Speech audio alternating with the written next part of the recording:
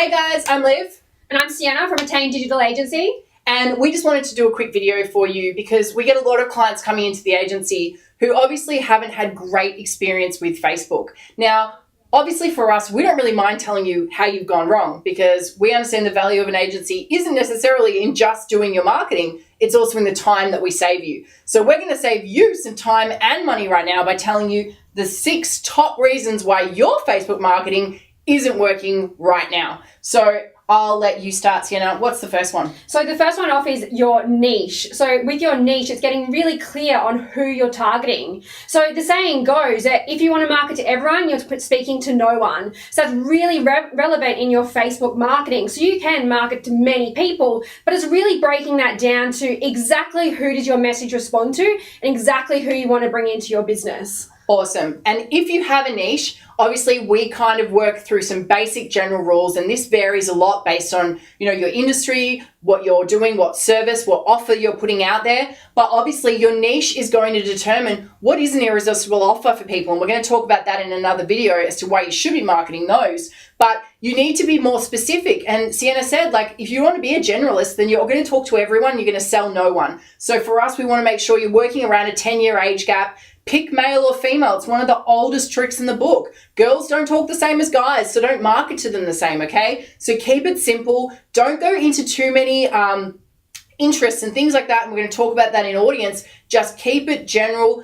Find an area. Keep it around your physical location if you can, or if you are online, it doesn't mean you market to everyone, okay? So we want you guys to market your niche. Pick them, ideal client, and put that into Facebook, and that's going to lead to the audience, Sienna.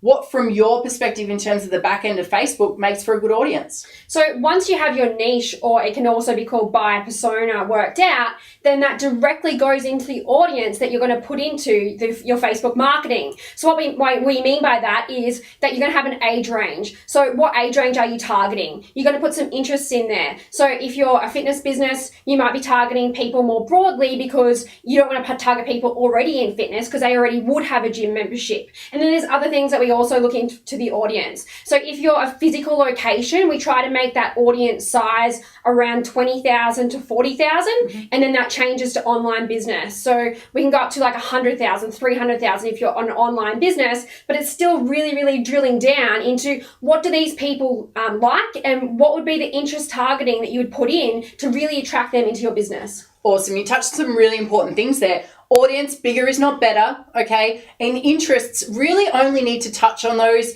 if you're looking at a hyper-specific market, for instance, mums, okay? That would be something that you would definitely put in. You wouldn't just put females between, 25 and 45. You might say, okay, I want mums for my offer that you're putting out there, and that would be great. But if you have a physical location, there's really not that many examples where you actually need to go too far into interests, and it usually will hurt you more than it'll help you. For if you have a physical business, try and forget about them. If you have an online, it's a great way of drilling down the audience, because the other thing we see is audiences that are way too big. People see on average 7,000 marketing messages a day. And so for you guys, you're just getting lost in the crowd, all right? There's a lot of people marketing to those people. That brings us to budget. All right, one of the biggest things we see from people is they're afraid to market on Facebook. Now, this can be because either A, you've had a really bad experience and Facebook's just taken all your money for some of these other reasons, but also for you guys, you see marketing as a cost rather than an investment. And that comes down to knowing your numbers. How many leads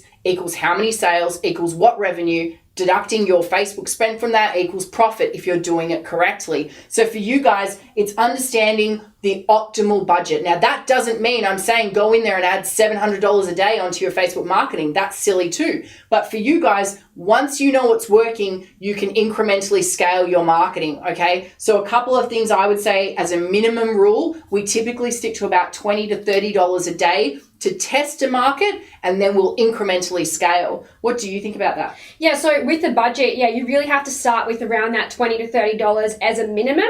So if you're playing around with your niche and want want to test that your niche works, then you can start with that and then scale accordingly what is working. You really need to have that minimum amount for you to be able to get some data back and to be able to get some solid results to determine that it is working and to get out to a reasonable number of people. Awesome. So for you guys, $20 to $30, it doesn't mean you need to be crazy, but it does mean you're getting enough traffic to be able to get some results. And leading to traffic, it's one of the biggest mistakes that we see people make. It is driving Facebook or Google Ads traffic to a general website. Now, one of the biggest things for this and the biggest no-no is that one, everyone loves their website. For most of you, you spend a lot of money on it. It looks really pretty, but unfortunately, it's not driving people to the one thing that you're talking about in your ad. And this is for a different video, but that irresistible offer that you're talking about, and I'll use the gym example, the 28-day challenge, for instance, if you then drove them to your website where you have who's the trainers? Oh, look at the timetable. What are our price lists? You know, what have we done recently? Oh, let's read a blog. Oh, look, I can eat ice cream. What was I here for? You're confused. And this happens in every industry. They go onto the website and they start to scroll through your really pretty expensive website, but they forget what they were there for. So you have a high bounce rate. You're not getting those opt-ins. You can't track whether the niche is responding to your offer. You can't work out your conversion. You can't figure out whether this budget is being well spent. So I will stress, we do use other websites. You can use things like ClickFunnels. You can use things like lead pages, and you can build out dedicated landing pages or mini websites specific to your offer. And I promise you, the general population wouldn't know. Yeah, so this is a really important point, guys, because if you're driving traffic to a specific page that is designed specifically for your offer, and then with that niche in mind, everything transfers and there's message match. So there's message match from your ad copy over to your website. The headlines are the same. They know that they're there for that one reason and they can't click off at all. They're only there to put in their lead contact details, and then you're able to call them and able to follow them up in relation to the offer that you've put out there. Yep. So it's a really important message. Now, Sienna, this is one of your favorites, placement. Yeah, so in Facebook, there's placement options. So you can put placements in Facebook newsfeed, into Instagram story. Audience network. There's heaps of places. So we're going to say keep it really simple. So put it into the Facebook newsfeed. Just select one placement, because then you're also tracking and measuring what placement brings you the best cost per lead, what placement brings you a buyer, and other things that also, if you're putting all placements, for example, Instagram, and you've got a hyperlink in your copy, that hyperlink's not going to work. So it's not going to really look like it's meant to be in there as well. So, and also things like long copy, short copy, there's heaps of things that we'll dive into in future videos.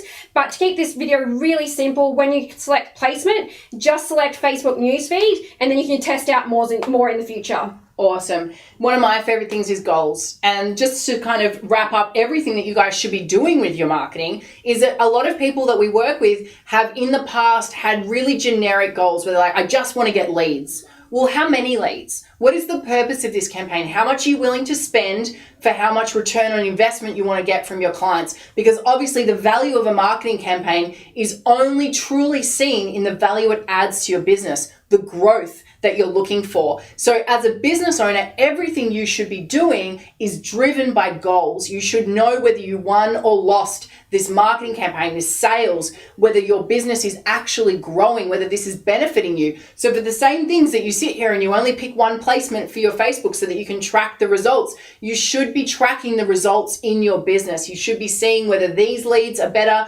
from this challenge or from this offer or from the Kids Eat Free or whatever it is that your business is doing. This works for every industry. You need to have some goals because you need to know whether you're winning or losing.